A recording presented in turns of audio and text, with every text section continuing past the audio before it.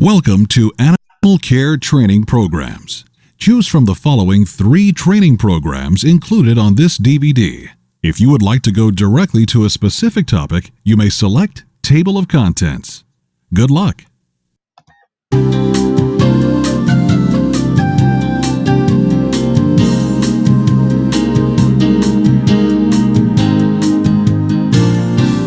During this section entitled Practical Pharmacy Skills, we will cover the following 3 areas. 1. Drug administration principles, or how do we get a particular drug to the location in the body where it needs to be in order to properly perform its function. 2. Basic prescription guidelines. Here we'll cover reading prescriptions, dispensing, and labeling. And finally, 3.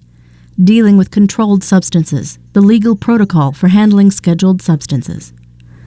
As with many of the tasks you may be asked to perform, the prescribing and administering of medications requires the utmost attention to detail so that no mistakes are made. Making a mistake in the pharmacy might very possibly have life-threatening consequences. Let's begin with our first topic, drug administration. There are 3 basic ways to get drugs to the animal. They are topical, oral, and injectable, sometimes called parenteral. Let's begin with talking about the topical route of drug administration. Here, a medication is applied to the skin, eye, or ear, where it will exert its primary effect at the location that it is delivered. Topical preparations usually have limited penetration deep into the skin and are therefore reserved for superficial problems only. We're generally applying a cream, an ointment, or a solution with these topical products. A cream generally has the thickest consistency and will retain the active ingredients on location for the longest period of time. A cream, for example, might be used to administer antibiotics to a superficial skin infection like a hot spot. An ointment tends to usually be an oil-based product and therefore has less consistency than most creams. An ointment might be used to carry medications into the eye. Solutions are medications carried in a fluid base. They are often clear and have the consistency of water. Solutions can be used in spray bottles or can be applied a drop at a time as with an ophthalmic or eye solution. Sometimes, because of their watery consistency, they are likely to disappear more quickly, requiring the owner to re-administer the medication more often. An owner who is not available to apply a solution 3 or 4 times a day may benefit from an ointment or cream that sticks around longer. Your veterinarian will probably already be considering these variables when he or she writes the prescription. Topical medications have 2 obvious disadvantages when used to treat skin problems on animals. 1. The hair must be shaved in order to gain good medication contact with the skin. 2. Many animals will lick off even the most awful-tasting topical preparations. These factors must be considered when choosing the right way to deliver the medication. A few safety concerns with topical preparations. Always wash hands thoroughly after application or wear protective rubber gloves. Always read the label to be sure that the medication is labeled for use at that location. This is especially true with the use of eye drops. Picking up the ear drops and placing them in the eye of a patient could easily lead to serious eye injury or blindness. To avoid mistakes, you need to stay focused and always think about what you're doing. With proper client education, topicals are very safe and effective ways to treat a variety of veterinary diseases. The second way drugs are transported to the patient is orally. Pills, capsules, and oral liquids are the traditional ways we think of giving medications. The key advantage to oral medications is the fact that they allow patients requiring ongoing medicinal support to continue receiving medication without repeated needles or extensive hospital stays. Many drugs that are available in an injectable form have been formulated into an oral preparation for home use. This route of administration starts with getting an animal to swallow a pill or capsule. This occurs primarily 2 ways with most dogs and cats. The first and preferred method is to hide the medication in tasty food, hoping they won't notice the pill or capsule. Dogs that are more finicky may sometimes be tricked by giving them a placebo treat first, to build up their confidence that they're not being tricked. Canned food, cheese, or peanut butter often makes a good meatball for hiding the pill. Few cats will be fooled by these techniques. Manually pilling a cat is often required in order to get the cat to swallow the medication. With practice, this is a very quick, effective way to get oral medications into a dog or cat. First, hold the upper jaw with one hand. Place your thumb and index finger just behind the upper canine teeth, being careful not to place your fingers directly into the mouth. Holding the pill in your other hand, carefully open the mouth using your middle finger. Once the mouth is open, place the pill to the back of the mouth. Quickly close the mouth and stimulate a swallowing reflex by either stroking the throat area or lightly blow on the animal's nose. Hold the mouth shut until you have observed the animal swallow. Getting the pill as far back on the tongue and not on the sides is the key to successfully pilling a dog or cat. Pilling an animal sometimes requires a quick push with a finger in order to get the pill back far enough in the mouth, but be very quick to remove your finger before getting bit. If the cat attempts to use its feet to keep your hands away from its mouth, wrap the cat in a towel. Do not try to pill a cat using this technique if the cat is aggressive and attempting to bite you. You may have available a pill gun like this one shown that provides a safe way to get the pill to the back of the cat's mouth without having to stick your fingers into the mouth. Cats that get a bad-tasting medication in their mouth may react by drooling excessively. This is not a problem but can be overcome by minimizing the amount of time the pill is actually in the cat's mouth with good technique. Giving a liquid preparation is best handled by using either an eyedropper or dispensing syringe. The eyedropper is gently inserted into the side of the mouth and squirted in while the head is aimed slightly upward. Once again, we can stimulate the swallowing reflex by rubbing the throat or blowing on the nose. The third form of medication administration is the Perennial Route. This means that the medication is given by injection. This is certainly the form of medicating that requires the most skill. The use of sterile technique becomes an important consideration whenever we begin depositing drugs deep into the body. The best way to assure that abscesses or infections don't result from an injection is to use a sterile needle and syringe. Be sure the skin where the injection will occur is relatively clean, and be sure the needle isn't touched or contaminated prior to the injection. There are 3 types of injections that are commonly given: subcutaneous, intramuscular, and intravenous. Let's start with the subcutaneous or Subq injection as it is commonly called. This injection aims to deposit the drug just beneath the skin, where it will then be slowly absorbed into the animal's system. This is easy to remember because the prefix sub means below, and the root word cutaneous means skin. Thus, subcutaneous means below the skin. For now, we'll focus on the pharmacy aspects concerning subcutaneous injections. There are several reasons why Subq injections are commonly used in veterinary medicine. First, these are the most pain-free type of injections for the animal. Second, the skin of animals is pliable or flexible enough to accommodate an increased volume of injected product.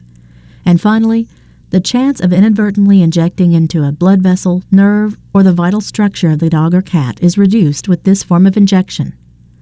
Most dog and cat vaccines are given subcutaneously because of the reasons just discussed. The intramuscular injection involves placing the needle slightly deeper into the muscle. The muscles that we generally target are those of the thigh area. Understanding the anatomy in this area will help prevent injecting directly into a blood vessel or depositing the drug too close to a nerve. The muscle tissue tends to have a greater blood supply than the subcutaneous area. This means that drugs deposited into the muscle will be picked up and put into circulation much more rapidly. A drug is almost always dependent on the body's circulatory system to transport it to the tissues that need the drug. That's why in life-threatening situations, drugs are generally administered intravenously or directly into the vein, so that absorption time is not wasted. When drugs are given intravenously, they often get transported to most tissues of the body within seconds. That's why dogs given an intravenous anesthetic injection often begin to go unconscious within seconds of administration. The drug reaches appropriate concentrations in the brain very quickly after injecting the anesthetic. Care must be taken when giving an intravenous injection not to give it too quickly. With certain drugs, this may cause an adverse reaction. Though this form of administering a medication is certainly the quickest, it also requires the most skill and knowledge of anatomy. This route also allows the delivery of much larger volumes of medication or fluids.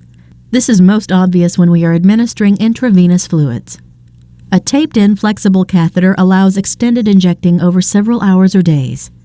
During that time, we can give several liters or more of the fluids and medications directly into the bloodstream as needed. Intravenous injections also allow us to administer very irritating substances into the body with minimal discomfort to the tissues.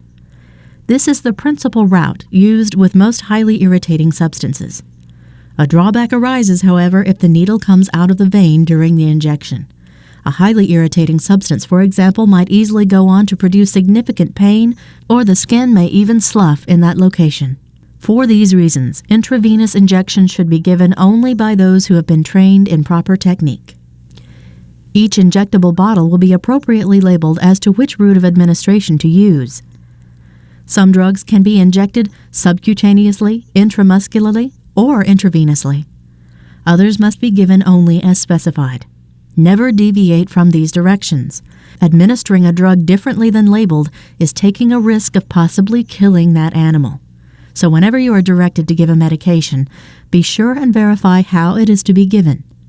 When handling needles, be sure and safely dispose of them into a sharps container. To summarize, the various routes for administering drugs to patients are topical, oral, and injectable. The decision as to which route involves the veterinarian considering factors of time, absorption, quantity, duration, irritation, and product availability. Because each drug is designed with an intended route of administration, it is vitally important to familiarize yourself with the product prior to giving it. Let's take a moment to review. Which of the following is not a topical medication?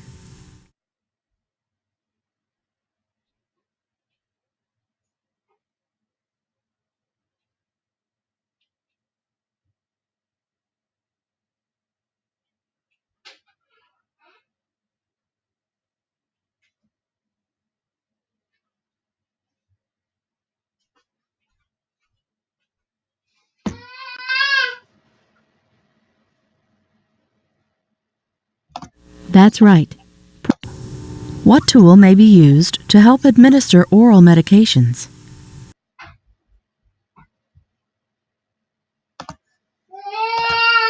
In this section, we'll concentrate on proper procedures for filling prescriptions. Filling prescriptions involves much more than just counting pills. In veterinary medicine, unlike human medicine, the vast majority of prescriptions are filled in the veterinary hospital, as opposed to being filled at the pharmacy. The veterinarian and the staff must assume the responsibility of accurately filling the prescription, just as a licensed pharmacist would. Mistakes in the pharmacy could create legal and medical nightmares for you and the doctor. In most veterinary hospitals, the veterinarian relies on his staff to fill most prescriptions. The doctor will always choose the medications and will often be the individual to discuss side effects and other important drug considerations with the pet owner. The technician or assistant must be able to read the appropriate prescription symbols and abbreviations, be familiar with the pharmacy inventory so as to locate the indicated drug, and accurately dispense the product to the owner, being sure they know exactly how the medication is to be given. Labeling prescriptions may require you to familiarize yourself with a computer program that prints the labels. In other hospitals, the labels may be handwritten on self-adhering pre-printed labels. You may be called on to go over the administration directions as well as tips for getting the pet to take the medication. Helpful administration pointers are often very much appreciated by pet owners. This is especially helpful with cat owners. You might show them how to wrap up their cat in a towel or other techniques that will simplify this task and minimize their personal injuries. Let's review the prescription process from the beginning.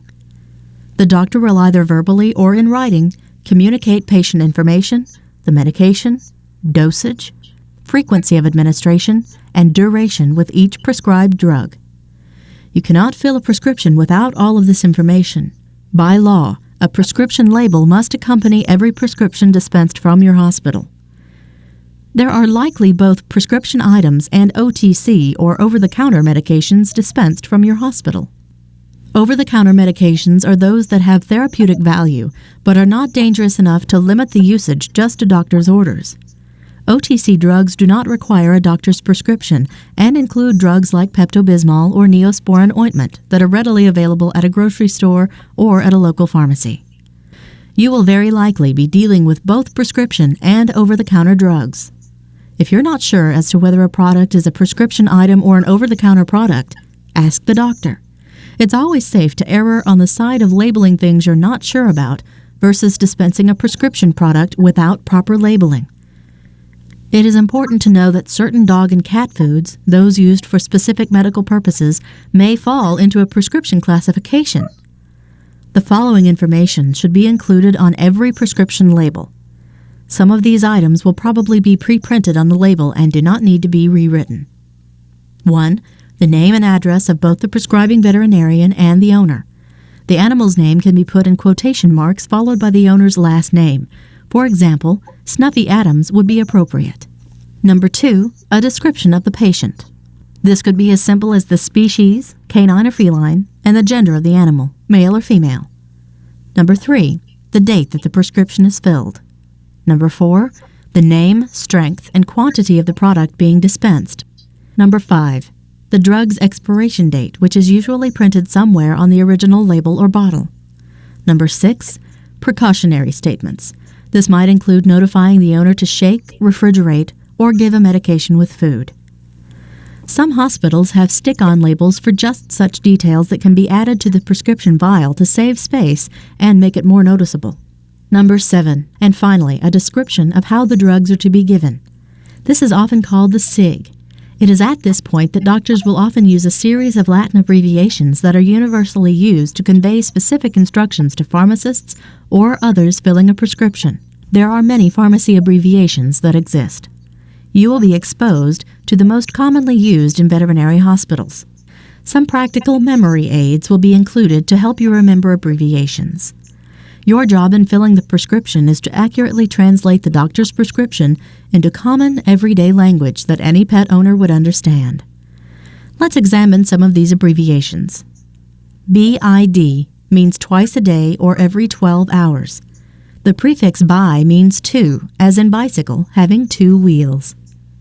TID means 3 times a day or every 8 hours. The prefix tri means 3, as in a tricycle having 3 wheels.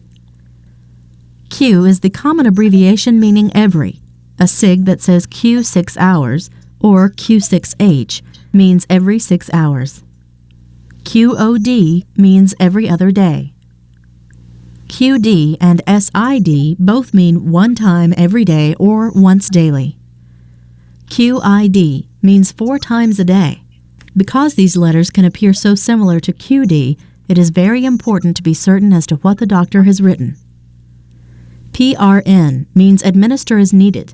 This might appear in the SIG after the dosage and before the symptom. For example, PRN itching would translate as needed for itching. Other commonly used abbreviations are used when referring to the instruction for the use of ophthalmic or eye medications. OD refers to the right eye. If a prescription for eye drops contains the abbreviation OD, it is limiting its use to the patient's right eye. OL or OS both refer to the pet's left eye. OU refers to both eyes. Your veterinarian may have other abbreviations he or she uses that you may need to familiarize yourself with. Your workbook contains several examples of translating prescriptions for you to practice on. Understanding exactly what the prescription says is the vital first step to you being able to read, fill, and label the prescription. If a prescription ever seems inappropriate to you, always double-check with the doctor. When in doubt, ask. Once you've read and understood the prescription, you are now ready to begin filling it. How would you answer this question? A prescription label must include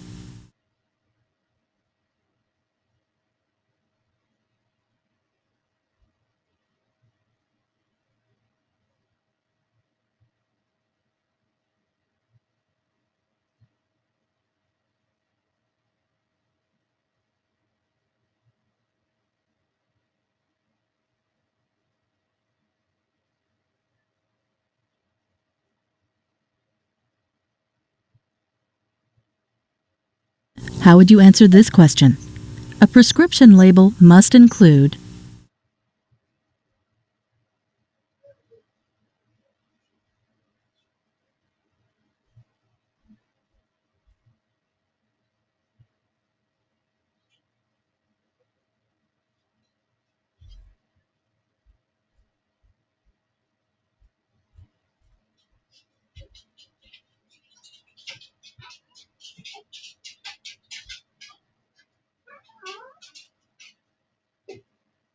How would you answer this question? A prescription label must include.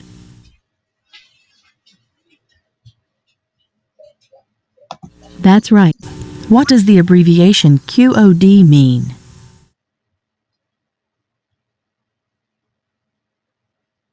That's right.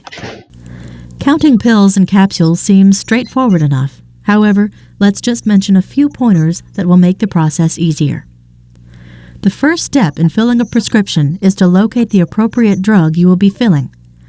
Be sure the name and concentration both match up, as many bottles appear similar. Pills and capsules should be counted using a counting tray. Most veterinary pharmacies will have one. Pour in the approximate quantity of pills or capsules onto the tray. Use the plastic spatula to slide the pills as you count them into the trough on the end. If you're comfortable counting by twos, you may save time by sliding off pills 2 at a time. Once you have the appropriate number counted, close the lid and return the remaining pills to the bottle. The pills you've just counted can now easily be funneled into the appropriate size pill vial and closed with a child-proof cap. When you know an elderly person without young children will be opening the vial, you may want an easy open lid for their convenience. You may want to assist the client by cutting pills in half when such quantities are prescribed, or demonstrate helpful techniques to the owner to make it easier. There are 2 techniques commonly used in the pharmacy to make pill cutting easier. The first involves the use of a pill cutter. The pill is placed snugly into the V, and the lid is simply closed. The second technique can be performed with any pill that has a slightly bowed surface and is scored, or a line marked through it. Placing the pill on a hard surface and pressing equally on both sides of the score will result in the pill breaking evenly. Providing helpful client services like this are the little things that will make your hospital successful. When filling liquid prescriptions, there are several common measurements that you will need to be familiar with. They are 1 milliliter equals 1 cc or cubic centimeter. 1 teaspoon equals 5 milliliters. This may be helpful if the client is needing to give a teaspoon of medication to their pet. Rather than trying to force a spoon unnaturally into a pet's mouth, a 5 or 6 cc syringe can be used without the needle to squirt 5 cc's or 1 teaspoon of the medicine into the corner of the dog's mouth. 1 tablespoon equals 15 milliliters or 3 teaspoons. 1 ounce equals 30 cc's. This is helpful when the total amount of liquid being dispensed is sufficiently great enough to require putting it into a small bottle. Bottles are often classified by how many ounces they hold. A small bottle may hold a ½ ounce, and a large bottle may hold 16 ounces. Certain products require the addition of water to reconstitute a medication. The label will indicate how much water to add. You will often use tap water with oral medications and sterile water from a bottle for reconstituting injectable products. Always be sure and follow the directions on the label. After the medication has been filled and properly labeled, double-check to be sure that the directions and medication both correspond with the doctor's original prescription. All medications dispensed should be verbally explained to the owner by the doctor or someone on the staff. We will conclude this section on practical pharmacy skills with a brief discussion of controlled substances.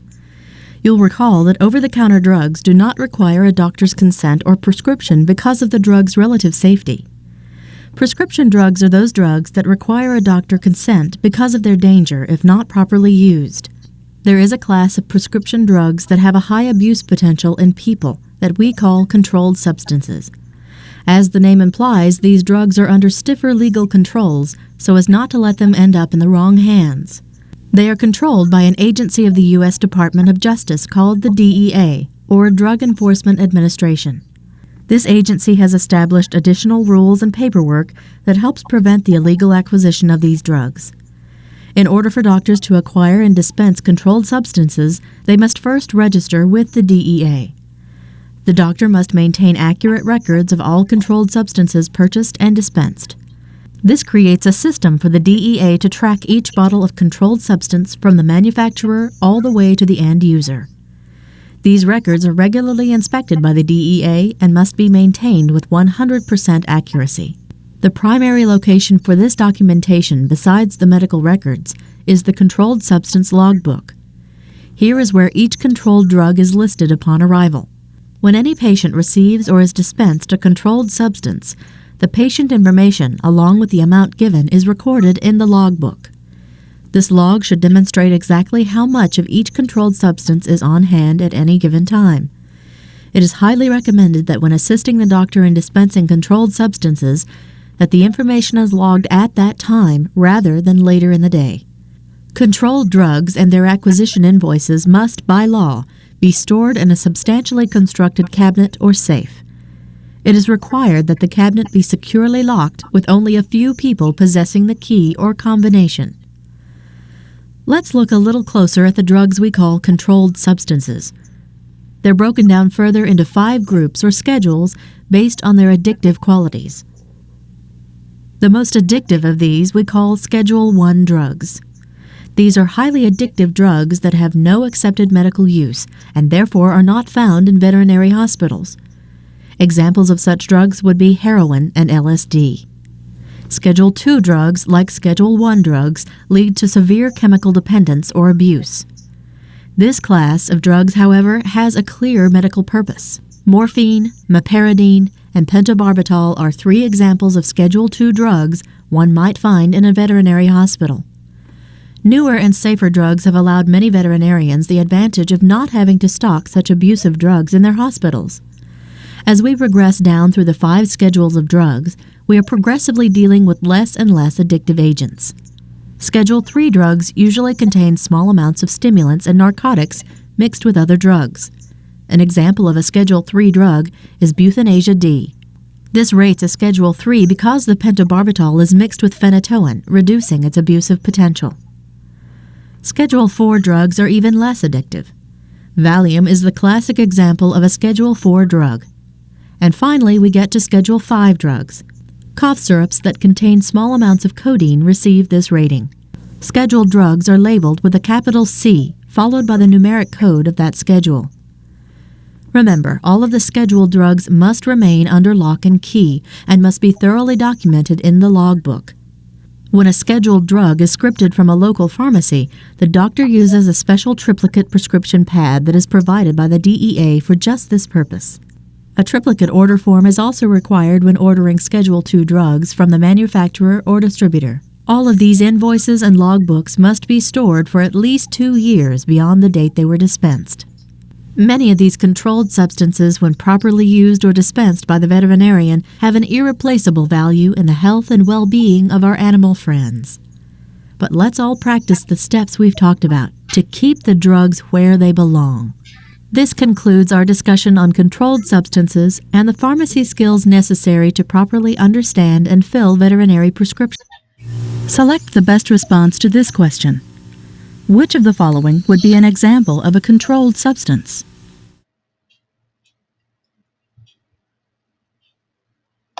That's right. Press Enter to continue. One last review and you're finished. How long will DEA records need to be stored after they have initially been recorded?